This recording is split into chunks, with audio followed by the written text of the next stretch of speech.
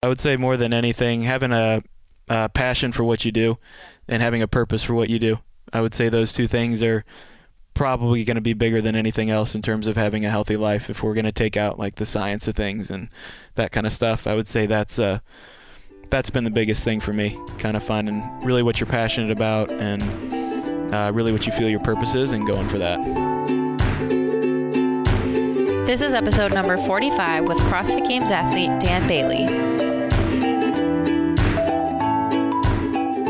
Welcome to Pursuing Health. I'm Julie Fouché, medical student and former CrossFit Games athlete. Here, I bring to you information and inspiration from experts and everyday individuals for how to use lifestyle to maximize health. Thank you so much for joining me. Now let's get started with this week's episode. Welcome back to Pursuing Health. On this episode, I catch up again with 5-time CrossFit Games athlete and Ohio University track and field alum, Dan Bailey. Dan has never finished outside the top 10 at the Games, and most recently he finished in 4th place in 2015. Last time we talked to Dan in episode 11 of Pursuing Health, he was living in San Diego on a boat and training for the 2016 CrossFit Games. That season didn't end the way he wanted to as he missed qualifying, but this year he's more focused than ever to return to the Games and finish on the podium. He's recently moved back to his home state of Ohio, and with the debut of season 2 of his Danny Broflex episodes, we had plenty to catch up on. Before we get started, I have a few quick reminders. First, if you're enjoying the podcast, please head over to iTunes to subscribe and consider giving it a 5-star rating. I'm also always looking for inspiring stories to share, so if you or someone you know has used lifestyle to overcome a serious health challenge, please send your story to me at info@juliefouché.com and I'll select some to share here on future episodes. If you're interested in training with me, check out my program through Beyond the Whiteboard. This is the actual training that I do now, 5 days per week, 1 hour per day, scheduled out for you minute by minute from warm-up to cool-down. For more info or to try the programs out yourself, visit beyondthewhiteboard.com/Julie Fouché. As we all settle into the new year, my good friend and nutritionist, Bridget Tidkemeyer, and I have partnered up to create a 4-week free nutrition program called the Healthy Self Reset. This program starts January 16th, and it provides weekly shopping lists and meal plans featuring whole foods recipes that are gluten, dairy, and added sugar free. I've also put together some basic bodyweight workouts for individuals of any fitness level to help you start 2017 off on the right foot. You can learn more about the program and sign up at www.healthyselfreset.com or check out episode 44 of Pursuing Health, where Bridget and I talk about the program as well as our tips for New Year nutrition. We're also including a month-long free trial of my training program if you sign up for the reset. Finally, please remember that although I'm nearing graduation from medical school, this podcast is meant to share the experiences of individuals and does not provide medical advice. So with that, let's get started here with episode number 45 of Pursuing Health featuring Dan Bailey.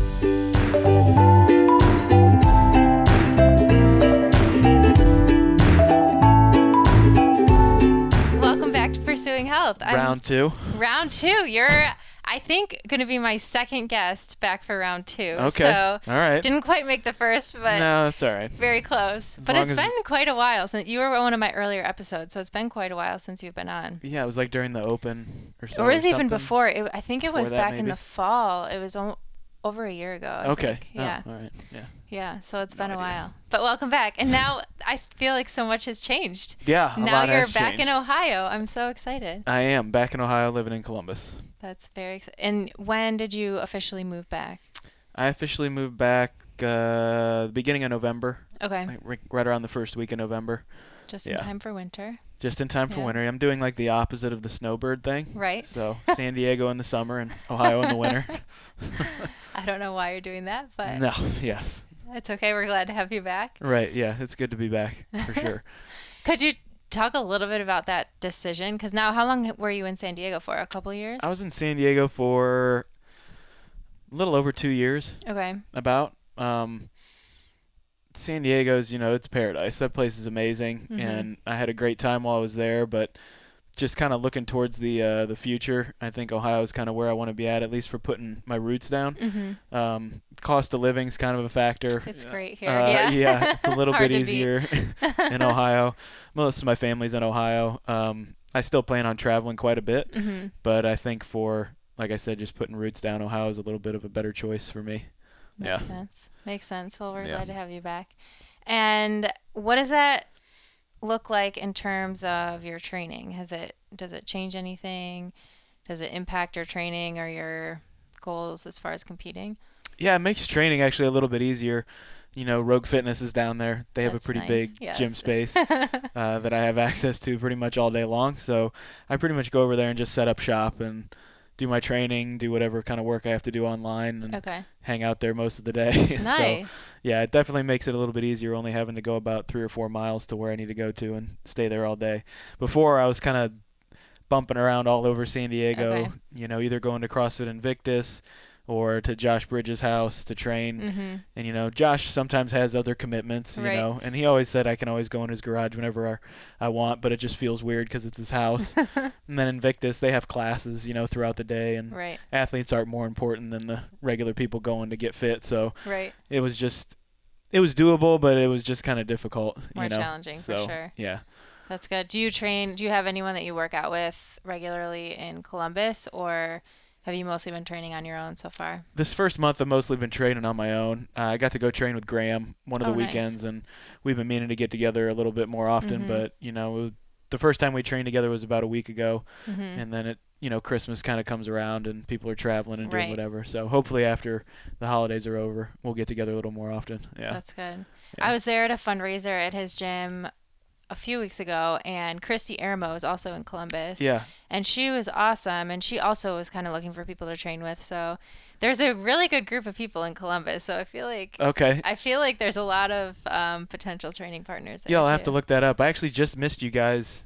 I was riding my motorcycle actually back to Ohio. Yes. During that time, yeah. Getting soaked in the rain. Yeah. So tell us about that. Actually, what was the trip? So you had a lot going on in San Diego. You had the boat, which you were working on, which we just talked about. You just sold. Yeah. And then you had to drive your motorcycle back. So what was this whole? I mean, no one likes moving, but what was this whole moving process like? So one of the benefits of living on a boat is you can't have too many things. Like you can't have too much because there's just no space to put it on there. So pretty much all of my belongings fit easily into a 5x9 covered trailer. Like it was really simple to get it all in there. But then I had 2 vehicles, so I had my car and my motorcycle, and I chose to ride my motorcycle back. I wanted to do this thing that's called the Saddle Sore 1000, and it's a thing in the motorcycle community where you ride your motorcycle for 1,000 miles in one day. So you basically have 24 hours to finish it. Okay. I don't have a real big cruiser, so the gas tank's still kind of small. It's 5 gallons. Okay. To be safe, I need to stop every 120 miles. Okay. Right? And so it was basically pull over to a gas station, pop open the tank, chew on a Progenics bar, fill up the gas with the other hand, slam it shut, jump on, and keep riding just to make sure that you could make it. And my dad drove my Jeep back, towing the trailer, and he ended up about 130 miles behind me halfway through the day, just because I was trying to go faster and get done. But I ran into so much rain and just missed about 2 inches of snow. Wow. On the trip. I'll never do it again. I'll never do it again by myself. That sounds rough. Yeah, it's not even something that I want to brag about because it was so sketchy. It was so stupid. I can remember getting off one time and I basically jumped in a pool with my helmet on. Is how wet I was, and it was cold. It was absolutely miserable, but I got it done. Wow. So how long did it take? It took me 20 hours. Wow. Because I had some delays. There was some rain that was so hard, it was just I was not going to ride in it, Right. But well, that's pretty good time then to make it 4 hours to spare. Right, yeah. I left it, I think, 4 in the morning on a Saturday and got done Sunday morning at some point. I can't remember. Whatever 20 hours is after that. Midnight or so. Can't do that math, yeah. Is that right? I don't know. Yeah. Wow. Well, that sounds adventurous. Yeah. And then you also recently sold your boat. So now you're pretty much just back in Ohio, not worrying about your boat. Yeah, not worrying about the boat. You still have your motorcycle to ride. That's good. Right. Not really in the winter, but yeah. But eventually the weather will get nice here again. Right. That's good. Yep. And you said pretty much you're spending most of the day at Rogue. Is there a typical day that you do, or how do you break up your training? So there's a couple days a week now where I'll go in around 7:30 and get in a handful of training before I eat breakfast or anything like that. Okay. I'll go back to the house, eat breakfast, try to be back around 10 or 11. Train again, take a little break till 2 or 3, and then train again there. So that's probably the heaviest day right now. Other than that, mostly I'm in there around 9. Okay. And train for a while, take a break for lunch, train again, and then I'm kind of done for the day. Wow. But yeah, it's good. It's been Okay. working out So well. how many of those heavier days do you do a week? Right now, for the past 2 weeks, I've only done about 2 of them, something like that. Just trying to not add too much volume too quick because we're still about 60 days some away from the open even. So still have some time. Don't want to get hurt or anything like that. Right. Yeah. And you're still doing all of your own programming. I know you have your program, so people can actually follow exactly what you're doing. Yeah. But where do you get influences or inspirations for what you're going to do? I get influences from other athletes, guys that I talk to, Rich and Josh, Pat Sherwood. Every now and then we talk every now and then. Yeah. And he always tries to drop something into my lap, and his are always whatever. They're just absolutely terrible. They're short burners that just suck. Right. But in terms of that, I mean, I'll do some .com workouts. It's always good to follow .com because something will good, yeah. pop up there that might be. You dragged me into doing a .com workout when I was in Columbus a couple weeks ago. That's right. It was terrible. Yes. I scaled it and I was still dying. So it was awful. Yeah, I was not having fun with that. Yeah, but other than that, just kind of talking with people and whatnot. There's part of me that wouldn't mind having somebody else program some of it because. I mean, anymore, it's with the running and swimming and everything else, it can take up a lot of your time, and sometimes it'd be easier to just get something in an email and go do it. Right, and not have to think about it. Right, yeah. That's true. Yeah. But it is cool that you do it, and then you put it out there for everyone to follow. Yeah, absolutely, yeah. So that makes it kind of fun, too. Yeah. That's kind of how I feel right now about my program is I could just go do anything. I mean, I could do classes, which I do sometimes drop in and do classes, too, but it is kind of fun for me and my husband, Danny. We do it together. We do the programming, which is fun. And then to get other people to follow it and have that kind of online community has been really fun. Yeah, and it actually helps a lot, I've found, because I've done the workouts and then people are going, through them the week after me. And to see what people's scores are, what they put in their notes, what they struggled with. It's you actually have a frame of reference for what's going on rather than just throwing something to them that you've never tried, attempted, or anything like that. So that makes it more fun too. It's so true. And you know exactly what they're going through and you're like, oh man, I'm really sore today. So I know everyone else is too. Yeah, exactly. It's so true. Yeah. So true. Yeah. And how about as far as nutrition? What is your approach to nutrition? We'll just leave it really broad. I'm not really proud of my nutrition. Not in the least bit. Breakfast is probably the only thing that not even technically, that I kind of weigh and measure. Okay. I guess. I mean, it's pretty much the same every day. About 4 eggs, a cup of oatmeal, maybe a little more, and then 2 tablespoons of peanut butter in the oatmeal. And then maybe a little honey, and then if there's some vegetables laying around, or I have a vegetable drink that I'll take just to try to supplement that, I'll have that in the morning as well. But then lunch and dinner are kind of on the fly. Lunch is usually I eat out somewhere. I'll go to a Whole Foods or someplace like that and just load up on the hot bar or something. And then can't go wrong with that. No. And then dinner is about the same. I mean, I just try to eat some meat, some vegetables, some carbs until I'm full. Nuts and seeds, all those nice things. Yeah. That's good. Yeah. Has it changed at all over the years, over the past several years, as you've been competing, or does it change with your volume of training? Yeah, it changes with the volume of training just because, I mean, I find I'm more hungry. Yep. So there's more snacks that are getting eaten, maybe an extra protein shake or, I don't want to call it meal replacement, but more than just protein. There's carbs in there too. But over the years, it's been about the same. It's a little bit better than it used to be. Before, when I was working at Tennessee Tech with Rich, we would drink so much milk and eat so much peanut butter because it was just there all day. We had this peanut butter maker in there, and that would be lunch. You just sit there and smash that down, and that's probably not the best thing for you. While it gives you the calories, you probably need to keep working out. In the long run, it's probably not too good for you. So Right. a couple years of that, and I'm kind of done with that. Going for something a little more balanced. Yeah, I'm not real proud of my diet today. I had to go to Wendy's. Oh. I had to make that happen. Yeah. Oh boy, that's that was rough. not a good. It tasted great, but probably not a good move. Maybe you'll regret it later. Yeah. Use sparingly. Right. Right. That's good. And what would you say, looking at the competition season coming up, you're back in the Central East, which we just found out our regional is going to be in Nashville, which I'm pretty excited about. I've only been there a couple of times, but it's a new place. I think it'll be fun.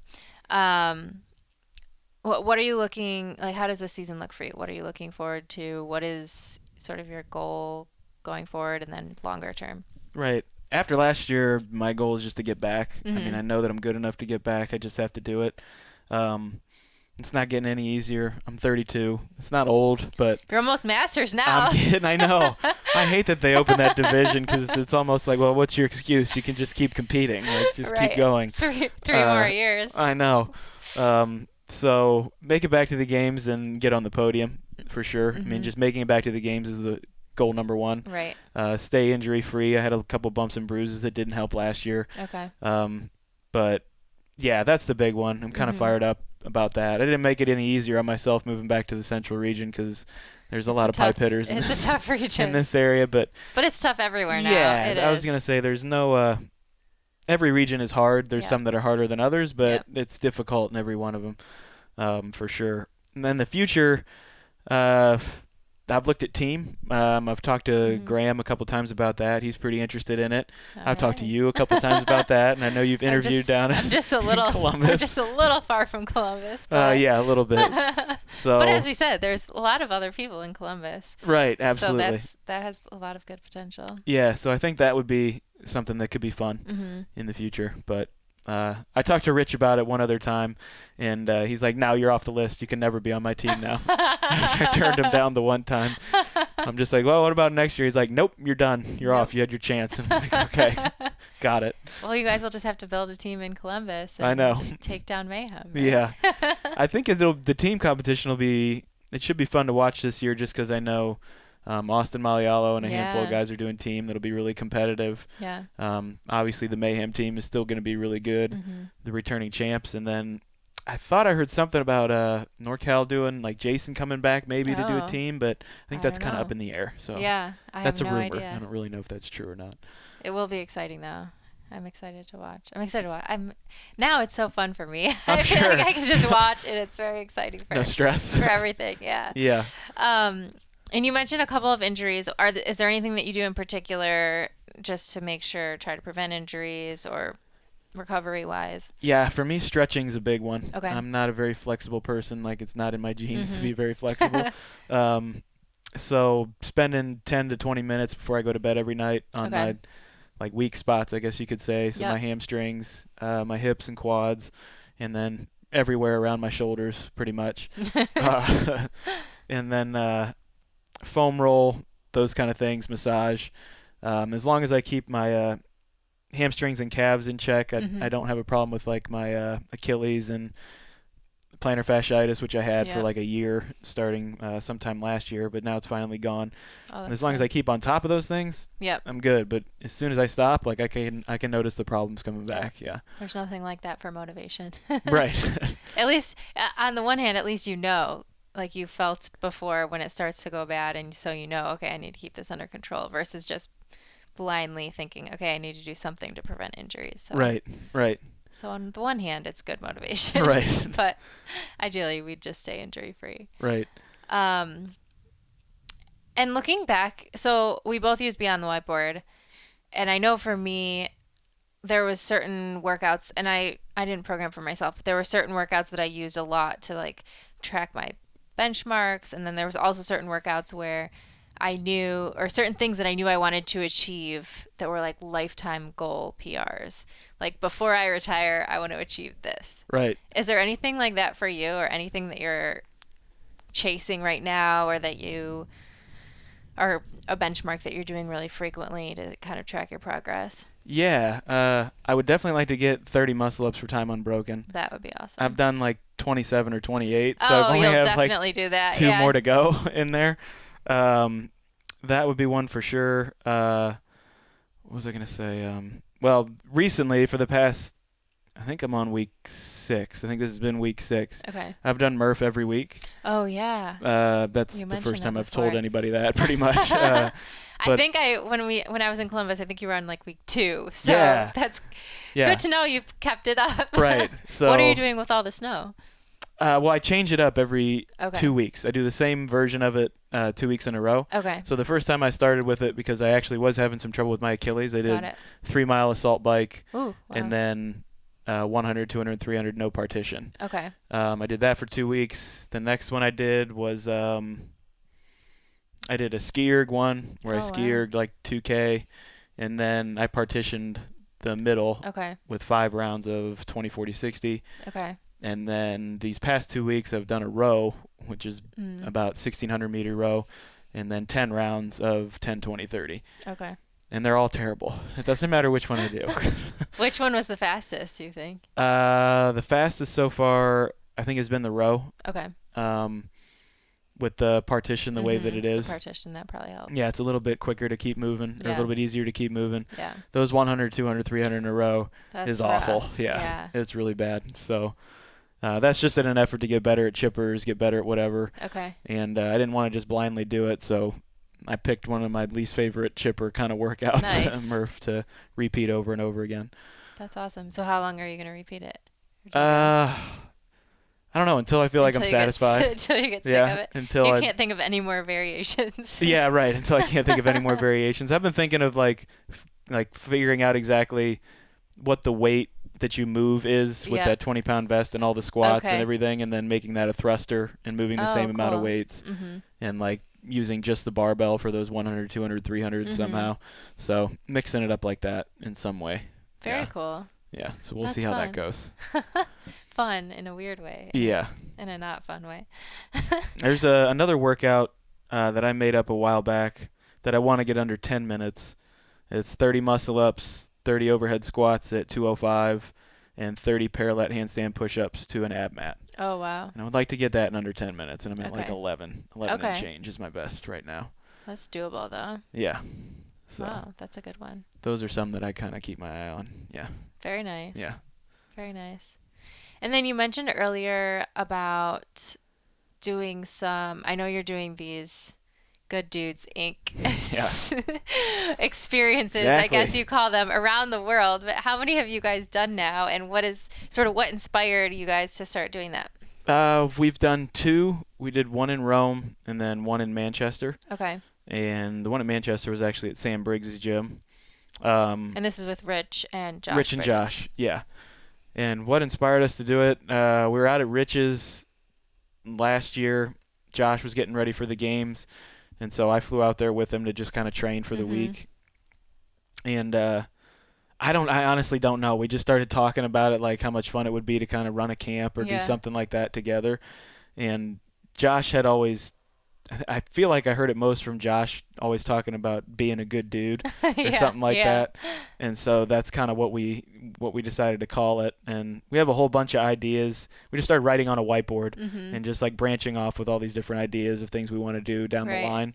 But we decided to just start with the camps where you're just going to come and you're going to train. Like we're going to program everything, and most of it's team workouts. Right. And we jump in with pretty much everybody throughout the whole weekend. Oh, that's fun. And then every day have like a 1-hour Q&A where people can ask us anything. Okay. And that anything gets pretty broad. Yeah. Yeah. Like we've been asked about Donald Trump.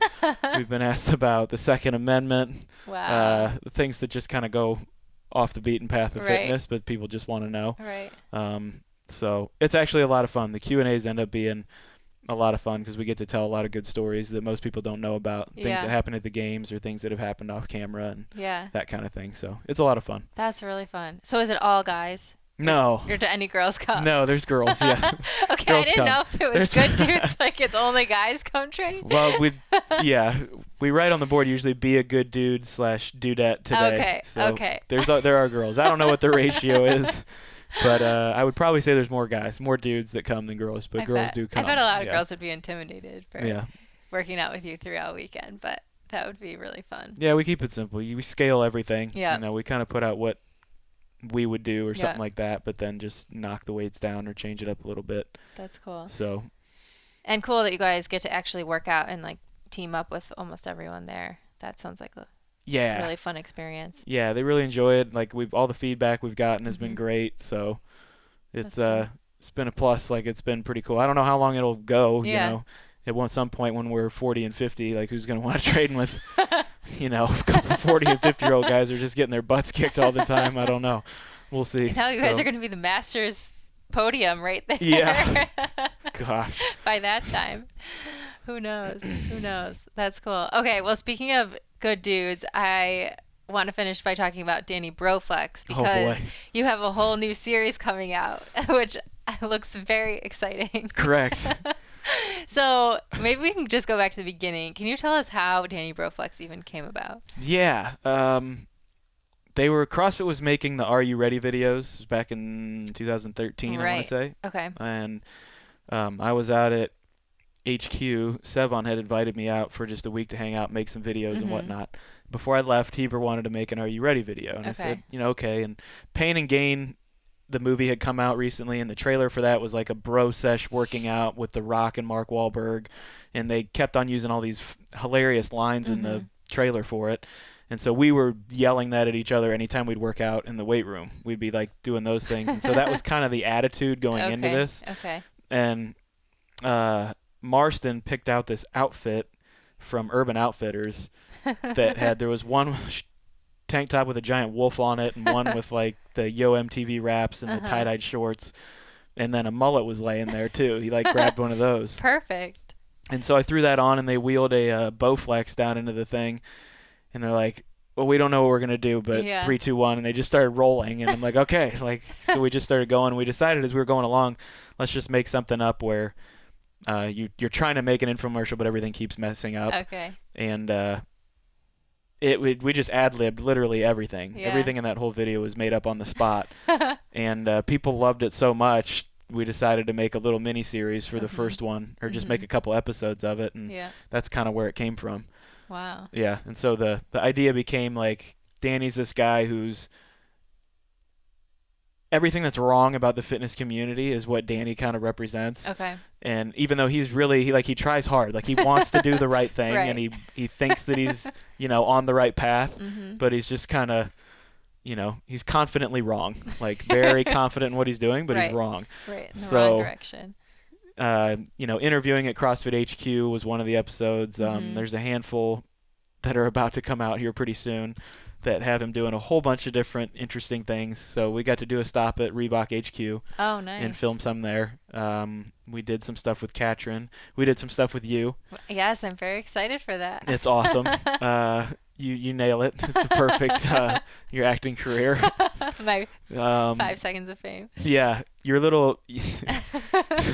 You can't help but want to laugh so bad in the video, which is amazing. I think I messed it up like the first 5 takes because I just started laughing. Yeah, there's definitely some great bloopers that Heber has. I'm sure he has a ton. Yeah. Yeah. So yeah, those are coming out really soon. I don't think I'm supposed to say when. Yeah. But soon. it's in the very near future. Okay. Very good. Who knows? I'm excited to see what people think about it. The trailer for the most recent one was just released, and I was terrified again the night before it went out. I thought people might hate it, and there it is. It's out there on the internet. You look like an idiot. And I still look like an idiot, but everybody likes it, so everybody thought it was funny. It's a good thing. Yeah. It's a good thing. Yeah. No, I think it. People love it. Definitely brings a lot of laughs. So that's good. I'm excited to watch the next series. Yeah, it's gonna be interesting. Yeah. Very cool. All right. Well, I think we should wrap up. You already answered, I believe, my 3 questions. Did you answer my 3 questions last time? I don't know. About 3 things. Well, we can try again. Okay. 3 things that you do on a regular basis that have the biggest positive impact on your health. I hope my answers are completely different. That would be amazing. 3 biggest things I do. I have no idea how to answer that. I'm consistent with working out. You could definitely say that. What? I stay positive mentally. That's a huge one. And I mean, here I want to talk about nutrition, but You don't have to say nutrition. A lot of people don't even mention nutrition. I can give you two things. Those would be the kind of two things. Okay. I guess. I don't know what the third one would be. I make time for myself to have fun. Like I make sure that I'm enjoying what I'm doing. I think that's really important. Yeah. That's huge. That and the positive attitude, honestly, are sometimes even more important than the physical things that you do. So Right, for sure. That's awesome. Absolutely. Then probably I already know the answer to the next question is one thing that you wish you did that you don't have a way to implement or you don't do as good of a job with. Yeah, I'd probably be cleaning up the nutrition a little bit. Yeah. Yeah. So what would you do? It sounds like you eat pretty clean in general, aside from the little slip up today. I do, yeah. I eat pretty clean in general, but I would like to probably actually track things, you know. Measure. Weigh and measure, get the exact amount of grams, get the exact amount of protein, carb, and fats, and then, you know, just play with those numbers a little bit more. Yep. And like know that, well, your weight went up because you did this, or you know, you felt better at the end of the day because you did this. Because sometimes I'll have a great day training. I just take it as, well, I guess I was recovered and I felt good, but maybe it was that I changed something up that I ate that day, or That's true. whatever it is. So yeah, that would be interesting to kind of monitor a little more and monitor my sleep a little more. I have a hard time, like at the end of the day. Yeah. I can go to bed really early, but I just don't, like, I want to stay up and do things like my hobbies or whatever. I don't want to go to bed. So how much sleep, do you know how many hours of sleep you usually get? Probably between 7 and 8. Oh, it's not very much And for I wish that as much as you work out. Yeah, I should probably try to get more on the side of 8 to 9 to 10.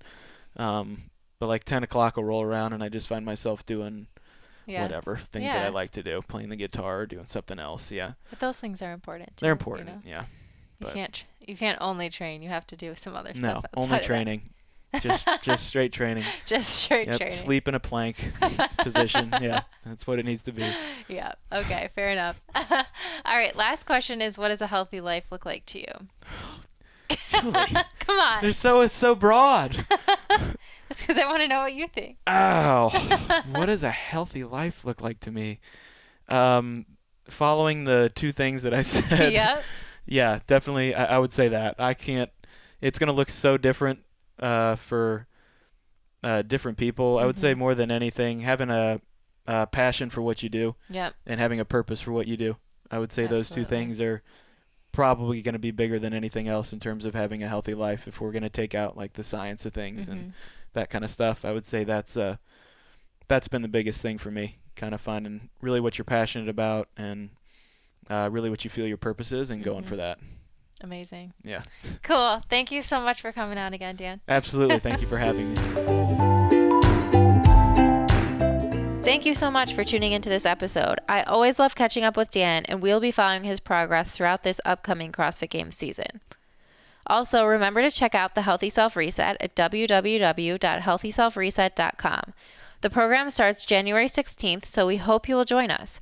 If you sign up for the reset, you will also receive a link to sign up for a free trial of my training program if you're interested in checking it out. To make sure you never miss an episode and to receive exclusive content from me, head to my website, juliefoucher.com, where you can subscribe to my email list. Also, don't forget to share your stories. If you or someone you know has used lifestyle to overcome a serious health challenge, please email me at info@juliefoucher.com. I'll choose some of these inspiring stories to share here on the podcast in future episodes.